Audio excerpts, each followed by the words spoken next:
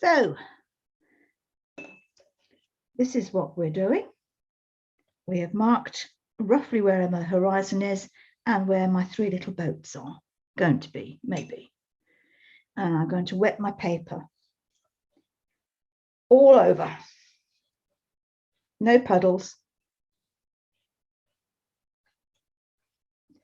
I haven't taped it down so that I can actually pick it up and tip it and tilt it.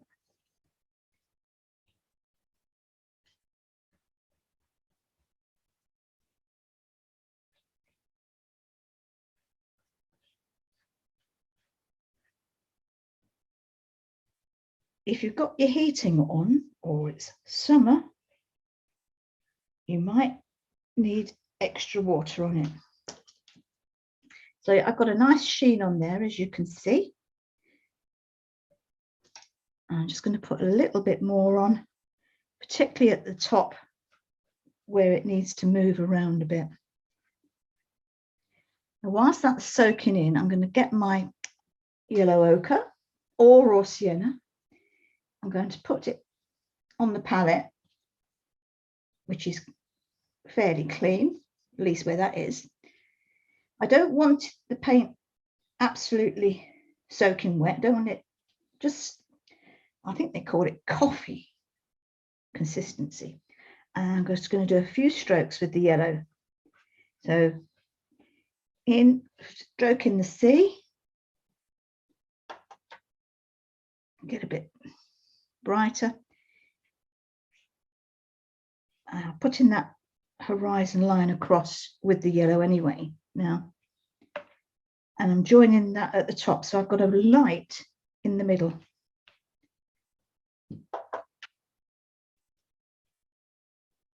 I've gone darker because it wasn't quite dark enough.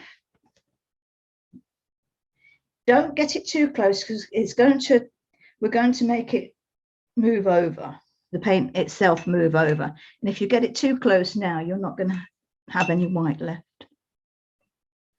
And whilst it's still wet, I'm sorry I'm rattling on, I'm going into the brown, either the burnt umber or the raw umber, whichever you fancy. And I want it fairly thick because we're going to spray it or we're going to make it move. So I'm just putting some brown in, or umber, and some this side. I put a bit in the sea there and a bit there. And then still moving on.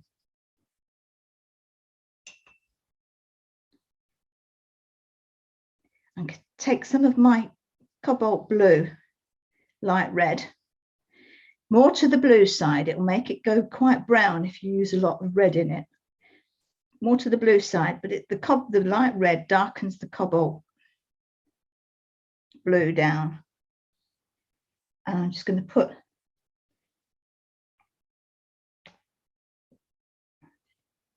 a bit there, and that's it for this bit. Now I'm going to pick it up and tilt it. Obviously this side, the left side, because I'm tilting it to the right, is going to move, which is going to give it its storm clouds. And you silly person, did you do the sea? No. So I'm going to draw a line, just a line across there. That's it. And pick it up and tilt it again. By doing this, it sort of blends in nicely, and it looks like the clouds are just dissolving into the light.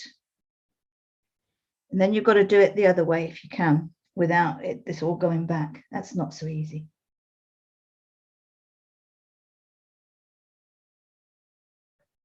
what I'm aiming to do is to have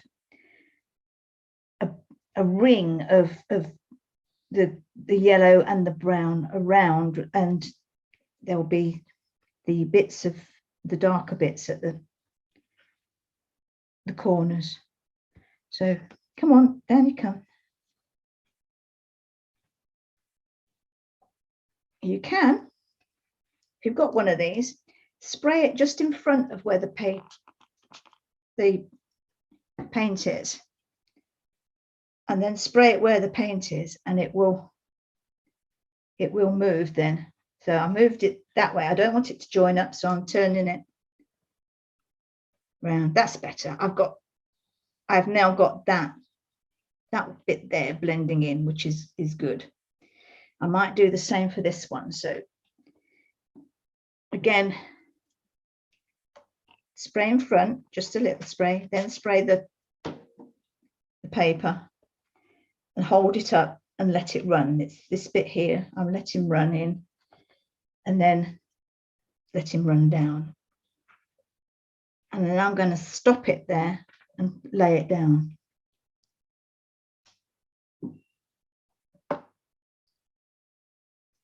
We've got to put in this big cloud here, but I'm going to let this dry first, or I'm going to dry it anyway. Let you catch up.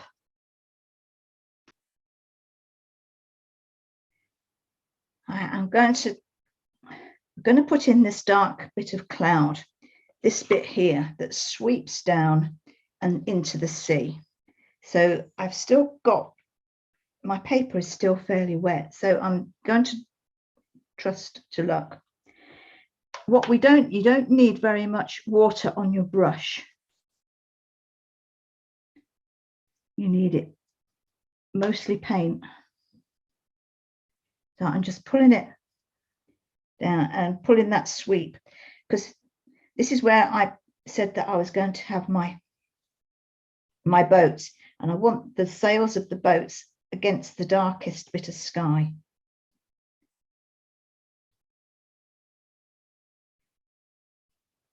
Okay, so we've got that. I just need to blend that in a bit. So again, I'm going to just spray in front and spray the cloud. So splatter if you haven't got a spray, and hold it up and let it move.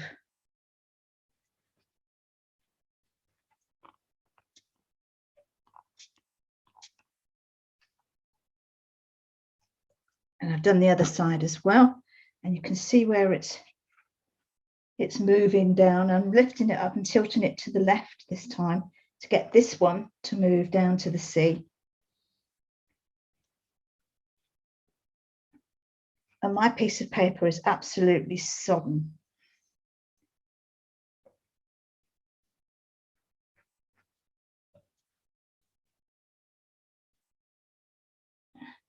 I'm just hanging it on its side now, so that this is not, oh, damn, touched it.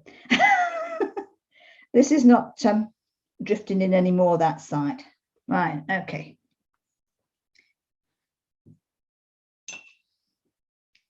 And then to finish off, I've managed to wash off the sea with all this water. So I'm just getting that cloud color that I mixed up and just drawing a line under there.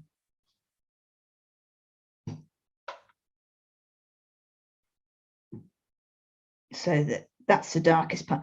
The sea. The nice thing about this one, the sea doesn't have to be level because there's waves churning, etc.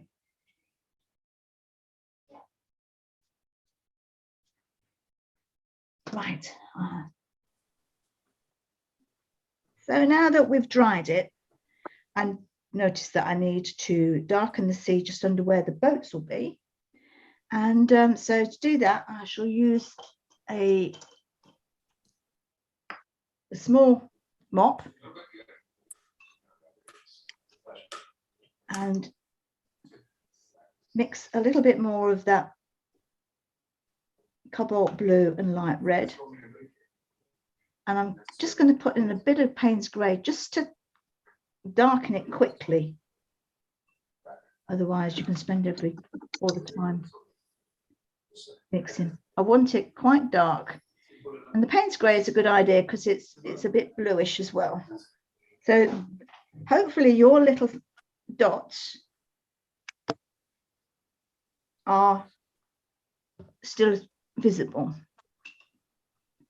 I'm going to get my big brush with clean water and just swipe under where the boats are. I'm not going right across, I'm just wetting where the boats are. I don't think I can. Yeah, look, can you see the shine on it? There, that's just wetting. So starting there, I'm just doing that line. And then a little bit towards the middle.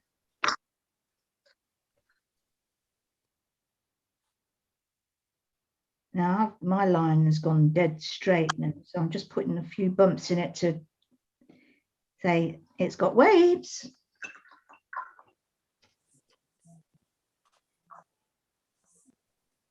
I haven't gone to, I've still got a little bit of water on the paper for that colour to bleed into so that it blends in. Otherwise, it's going to be very, look like an afterthought. So I'm just blending it in.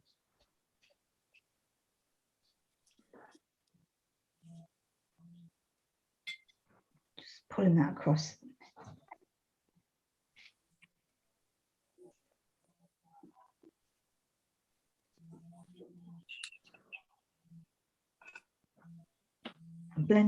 Blending in my darkness there.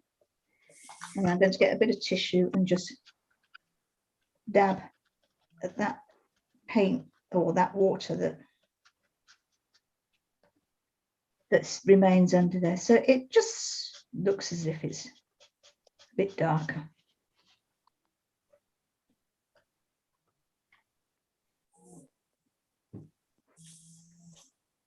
So whilst we're waiting then, I'm going to get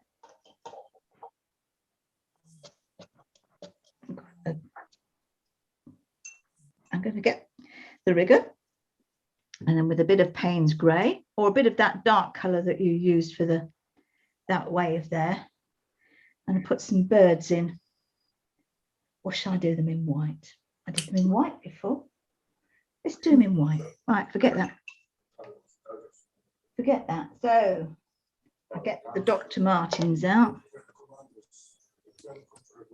Or white gouache, white acrylic, white ink. And in this cloud here, I'm just going to draw some very, very flat seagulls. They're not a V.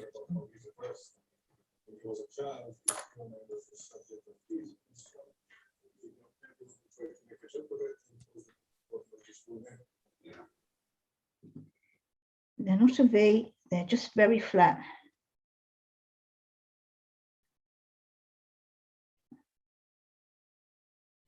And very thin, not thick. They're just a whisper, a suggestion of a seagull.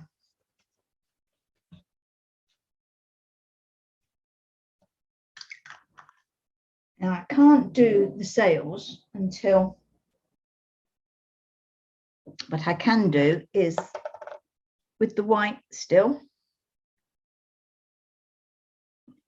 over here, I'm just going to put a little bit of white on where that horizon line is, where to reflect that light in the sky. So just a few lines on the sea there.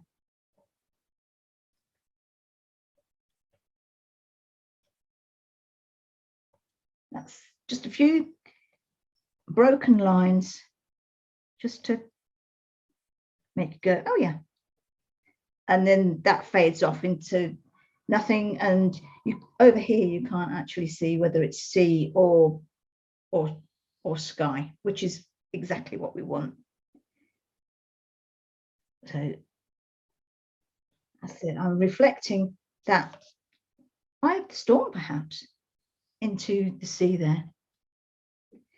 Now, whilst I've been talking, I think my sea has dried enough. So I'm going to put my first sail in. So I'm going to put this one in.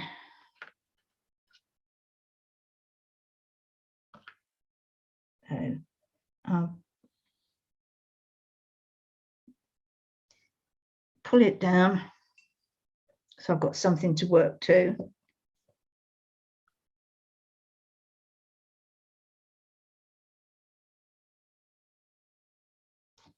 Leave a gap. Because the sea's so rough, you won't actually see the boat. And you can actually put in as many as you like. So I'm just going to put one there. You can't see all of him because he's below the horizon. I'm going to put a little one here. You can only see the top of his sail. And another one here. So it's a line down. You can only see half of him.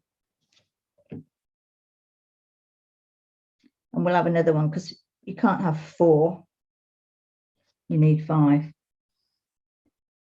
So some of them, all apart from that front one, are behind the or below the horizon. We've got enough birds. I'm just going to do a white line, wiggly line there, and one there. Just something of nothing really, not anything to, whether you put it in or not, it doesn't matter. I'm a bit cross that I never pulled this to the end. And I think if I do it now, it'll spoil it. So I'll leave it.